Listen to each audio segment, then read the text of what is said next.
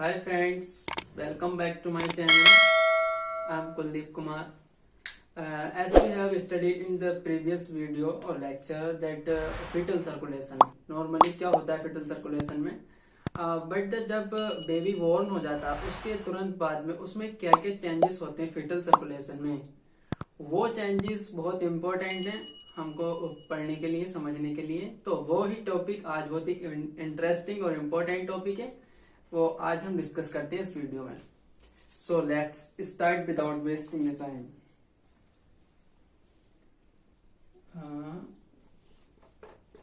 This is our placenta as we have studied already in previous video, and these are the umbilical arteries, and this one is vein which is carrying the oxygenated blood from the placenta to the liver first, and after the यहाँ पर क्या होता है हमारा ductus venosus, और उसके बाद यहाँ पर यह डक्टस वेनोसिस बाईपास के थ्रू हमारा जो ब्लड सर्कुलेट होता है वो होता है इंफीरियर वेना कावा में।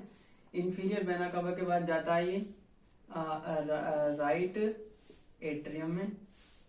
राइट एट्रियम के बाद इसका जो फ्लो होता है ये टूवर्ड्स द लेफ्ट एट्रियम। उसके बाद इसका जो फ्लो रहता है हमारा फिर लेफ्ट एट्रियम से सीधा कहाँ आता है ये वेंट्रिकल में, लेफ्ट वेंट्रिकल में। उसके बाद यहाँ से ये जो ओपनिंग होती है हमारी लेफ्ट वेंट्रिकल से, ये सीधी होती है आयोटा को, यहाँ से सीधा निकलता है ये ब्लड आयोटा को। लेकिन उसका जो कुछ अमाउंट ऑफ ब्लड आता है हमारा सुपीरियर वेना कावा से, जो सुपीरियर वेना कावा से आता है उसका फ्लो रहता है नीचे की साइड, तो वो सीधा जाता है कहाँ हमारा राइट वेंट्रिकल में। ठीक है, लेकिन जो फिटल सर्कुलेशन में था वो क्या था, ये नीचे आ रहा था, इंफीरियर सुपीरियर वेना कावा का जो ब्लड आ रहा था वो राइट वेंट्रिकल में जा रहा था, और जो इंफीरियर वेना कावा का आ रहा था वो लेफ्ट एट्रियम में जा रहा था। क्योंकि यहाँ पर क्या होती है एक ओपनिंग फोरामेन ओवल, जो ओपनिंग होती है between the right and left ventricle के बीच में, उसे बोलते हैं हम फोरामेन ओवल, फोरामेन ओवल। उसके बाद ये जो ब्लड हमारा इससे इधर चला जाता है लेफ्ट राइट एट्रियम से लेफ्ट एट्रियम में, उसके बाद वेंट्रिकल में, वेंट्रिकल से आयोटा में, और जो हमारा राइट वेंट्रिकल वाला ब्लड होगा वो हमारा पल्मोनरी ब्लड वेसल्स में इस टाइप।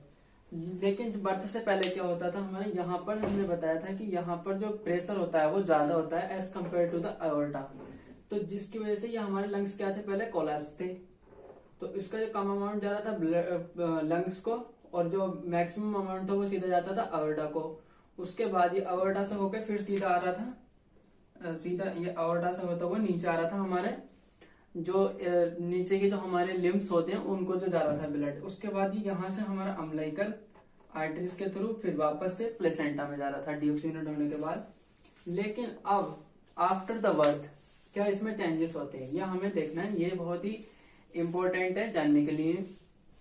इसमें क्या बेबी बोर्न होने के बाद क्या करता है, बेसिकली जब नॉर्मल बेबी होता है तो वो क्राई करता है एकदम से, और जब बेबी क्राई करता है तो उसको जब वो एकदम से क्राई करेगा तो उसके लंग्स एक्सपेंड होंगे, जब वो इनहेल करेगा बहुत ही एक्सेसिव अमाउंट में एयर को, तब उसके जो लंग्स होंगे वो एक्सपेंड हो जाएंगे, वो लंग्स क्या हो जाएंगे, बड़े हो जाएंगे।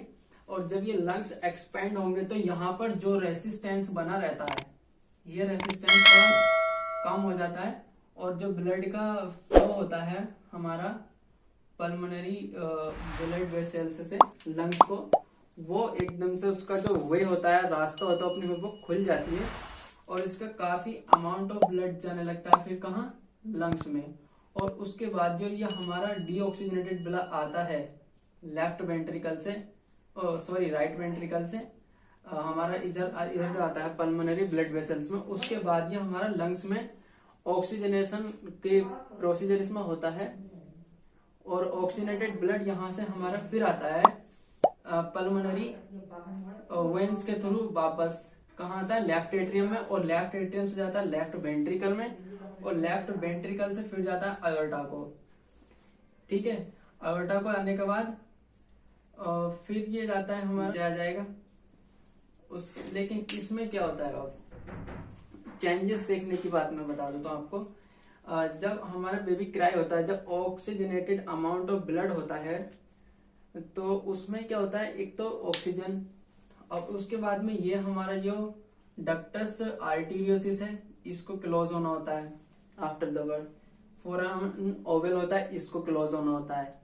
ये क्लोज कैसा होता है, इसके पीछे क्या रीजन है, ये क्लोज कैसा होता है, आज मैं आपको वो समझाने जा रहा हूँ। बहुत ही इंपॉर्टेंट पॉइंट है, लेट्स अंडरस्टैंड दिस फर्स्ट। इसमें क्या होता है, यहाँ पर होता है प्रोस्टाग्लैंडिन E2, जो कि इसको मेंटेन रखता है, इसको ओपन करके रखता है, किसको, डक्टस आर्टेरियोसिस को। लेकिन जब यहाँ से ऑक्सीजनेटेड ब्लड जाता है वापस इधर आता है ऑर्टा में, जब ये ऑक्सीजन इसके इन्फ्लुएंस में पहुंचता है, तो यहाँ की जो स्मूथ मसल्स होती हैं डक्टस आर्टेरियोसिस की, वो क्या होती हैं, कॉन्ट्रैक्ट होना शुरू कर देती हैं। तो यहाँ पर ये इसका जो कॉन्ट्रैक्शन करता है डिपेंड्स करता है 3 चीजों पर। हमारा पहला क्या है, ऑक्सीजन, ऑक्सीजनेटेड ब्लड। दूसरा था हमारा ब्रेडिकाइनिन, और थर्ड वन था हमारा प्रोस्टाग्लैंडिन E2। अब ये हमारा जब ऑक्सीजनेटेड ब्लड आगा तो उसकी जो स्मूथ मसल्स होंगी वो कॉन्ट्रैक्ट हो जाएंगी। तो कुछ वर्क करता है हमारा ऑक्सीजनेटेड ब्लड इस टाइप से, और उसके बाद जो ये ब्रेडिकाइनिन है, ब्रेडिकाइनिन रिलीज कहाँ से हो रहा है, यहाँ पर ये आ कहाँ से रहा है, जब ये लंग्स हमारे उस टाइप पे क्या होते हैं, इमेच्योर होते हैं, कोलैप्स्ड होते हैं, लेकिन जब ये एक्सपैंड होते हैं तो ये रिलीज करते हैं क्या, ब्रेडिकाइनिन। और जब ये ब्रेडिकाइनिन का अमाउंट ब्लड के सर्कुलेशन के थ्रू दोबारा से लेफ्ट एट्रियम आता है, वेंट्रिकल में आता है, फिर वेंट्रिकल से लेफ्ट वेंट्रिकल से ज्यादा अयोर्टा में, और फिर इसका जो प्रेशर कहाँ पर ज्यादा हो जाएगा, अयोर्टा में, क्योंकि अब ज्यादा अमाउंट अयोर्टा को जा रहा है। तो इसलिए जब तो इसका जो वो संट था हमारा रिवर्स हो जाएगा। पहले क्या था, नीचे से ऊपर था, अब ऊपर से नीचे है। जब ये ऊपर से नीचे आएगा ऑक्सीजनेटेड ब्लड हाई अमाउंट में, और उसके अंदर क्या आ रहा है, ब्रेडिकाइनिन। और जब ये ब्रेडिकाइनिन आ रहा है तो ये भी हमारा क्या करता है, स्मूथ मसल्स होती हैं, ये भी इसको कॉन्ट्रैक्टेशन का काम ही करता है, स्मूथ मसल्स का। इसकी वजह से ये फिर इसके लिए सेकंड रीजन बन जाता है क्लोज होने के लिए। और थर्ड वन थिंग वो है हमारा प्रोस्टाग्लैंडिन। प्रोस्टाग्लैंडिन हमारा इसको मेंटेन करता है ओपनिंग में। तो अब इसको जो प्रोस्टाग्लैंडिन E2 है ये तो ओपन कर रहा है, बाकी दोनों ये बंद करने का काम कर रहे हैं। अब इसको कैसे काम होना है जिससे कि ये दोनों का काम इफेक्टिवली हो, तो उसके लिए जब ऑक्सीजनेटेड ब्लड हमारा आता है लंग्स से, उसके बाद लेफ्ट एट्रियम में, फिर लेफ्ट वेंट्रिकल में, उसके बाद आयोर्टा में, और जब आयोर्टा में फिर यहाँ पर आता है जो प्रोस्टाग्लैंडिन E2 होता है। जब उस ऑक्सीजन हाई ऑक्सीजनेटेड ब्लड के कांटेक्ट में आता है तो जो प्रोस्टाग्लैंडिन E2 है, इसको ये क्या काम कर रहा है, इसको ओपन करने का काम कर रहा है, लेकिन इसको कम करेंगे तभी इन दोनों का काम इफेक्टिव हो पाएगा। जब हमारा ऑक्सीजनेटेड ब्लड आएगा हमारा कहाँ से, लंग्स से कहाँ आएगा, सीधा लेफ्ट एट्रियम में, फिर लेफ्ट वेंट्रिकल में, और लेफ्ट वेंट्रिकल से सीधा ये कहाँ जाता है, आयोर्टा में। लंग्स लेफ्ट वेंट्रिकल से सीधा कहाँ जाता है, ये आयोर्टा में। और जब आयोर्टा में आएगा हाई ऑक्सीजनेटेड ब्लड, तो इसका फ्लो कहाँ रहता है, नीचे की साइड। और जब ऑक्सीजनेटेड ब्लड आएगा प्रोस्टाग्लैंडिन के कांटेक्ट में, तो ये इसके रिलीजन को, इसके सिक्रीशन को प्रोस्टाग्लैंडिन E2 के इसको कम कर देगा, जिसकी वजह से ये हमारा काम इफेक्टिवली हो पाएगा। और ये हमारा इस तरीके से हो जाता है नॉर्मल की तरह। उसके बाद हम देख लेते हैं फोरामेन ओवल को। फोरामेन ओवल में क्या होता है, बेसिकली यहाँ पर होती हैं 2 चीज़ें, जैसे कि ये है, यहाँ पर जो ओपनिंग बनी रहती है वो हमारी रहती है इस टाइप से, और एक रहता है इस टाइप से। और ये जो हमारा स्ट्रेट वाला इसको बोलते हैं हम सेप्टम सिकंडम, सेप्टम सिकंडम, और इसको बोलते हैं हम septum primum, septum primum.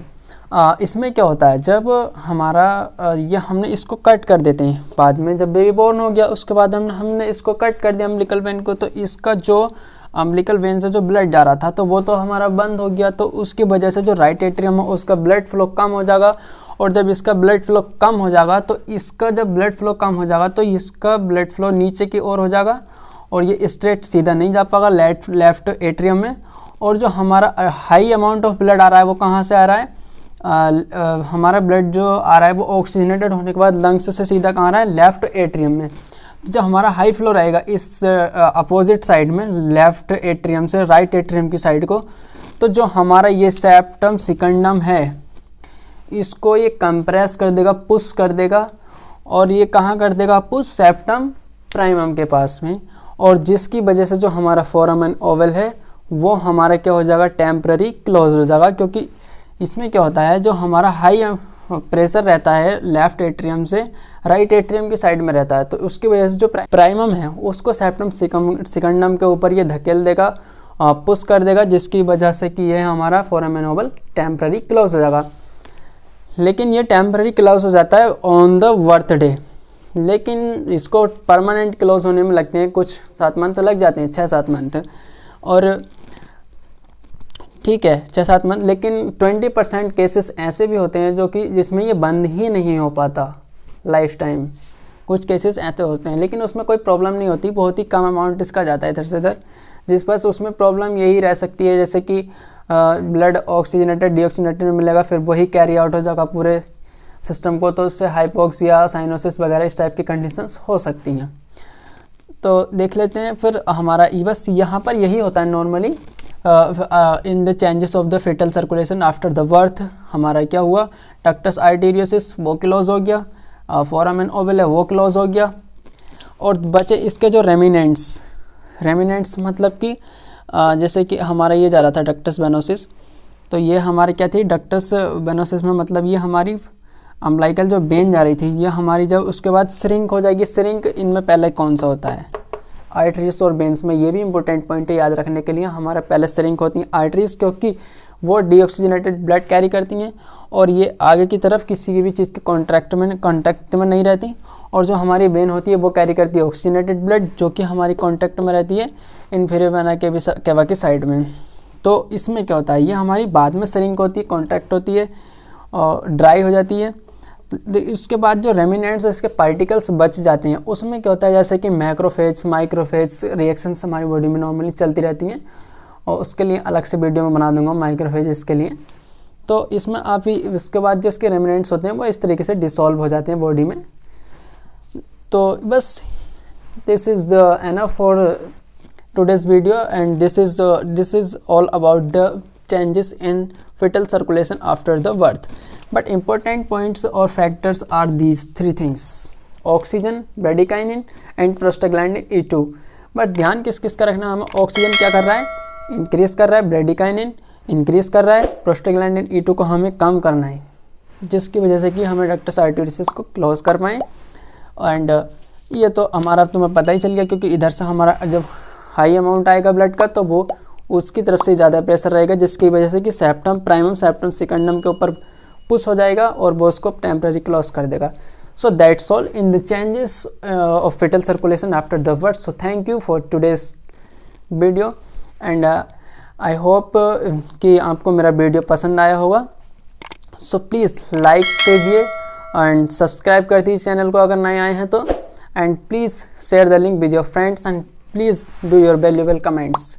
So thank you. And आप मुझे बता सकते हैं कि मैं नेक्स्ट वीडियो में कौन सा टॉपिक लेकर आऊँ, जो आपको टफ लगता हो आप मुझे बता दीजिए, मैं रीड आउट करके और नेक्स्ट वीडियो आपको अपलोड कर दूँगा। थैंक यू, बने रहिए मेरे चैनल पर। Thank you.